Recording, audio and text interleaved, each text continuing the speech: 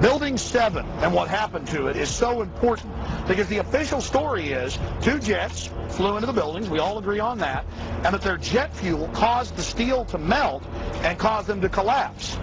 But then we look at Building 7, which was the furthest away of any of these buildings from Tower 1 and 2, and it wasn't even damaged, but later that afternoon caught on fire.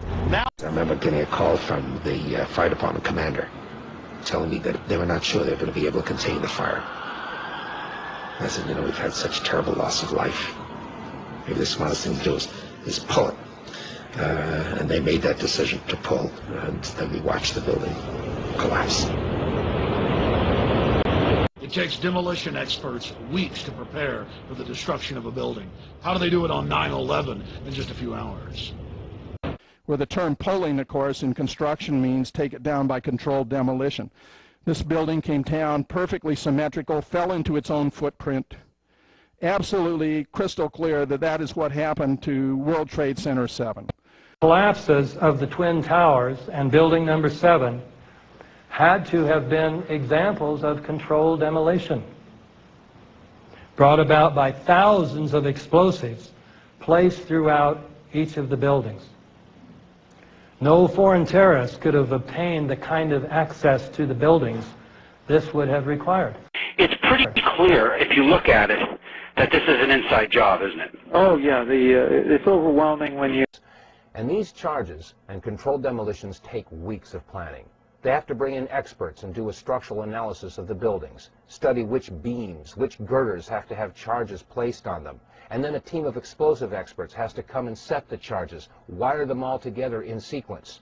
And then, finally, after everything is clear, they let the building go, or pull it. I was amazed. It follows. And I'd look now at dozens of demolitions just to see what they look like, what is the nature, is experiments on how you bring a building down symmetrically, straight down and rapidly. You knock out the core first, the core goes down, the sidewalls lean in a little bit, and the building comes down rapidly because you've knocked out the support.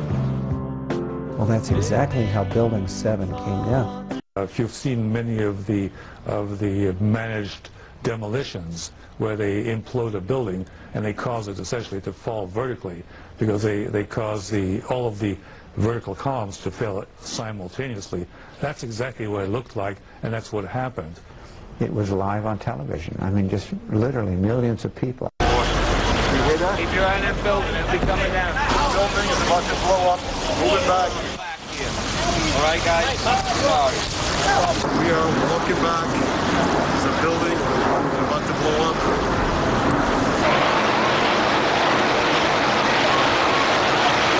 This is a photo taken 1 second into Building 7's collapse. Notice the crimp. If we look at other controlled demolitions, we see that they first blow one of the central columns so the building falls in on itself.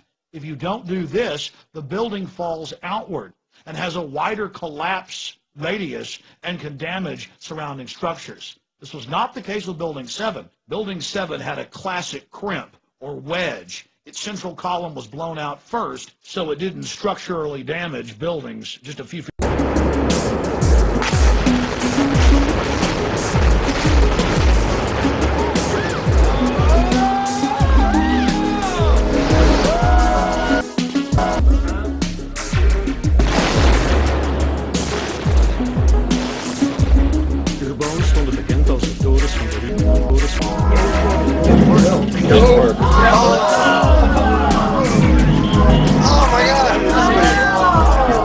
I don't know exactly how many stories the building is, Dan, but standing at the base of it, watching it burn about an hour ago, it looked to be something on the order of 50, 60 stories, as you said.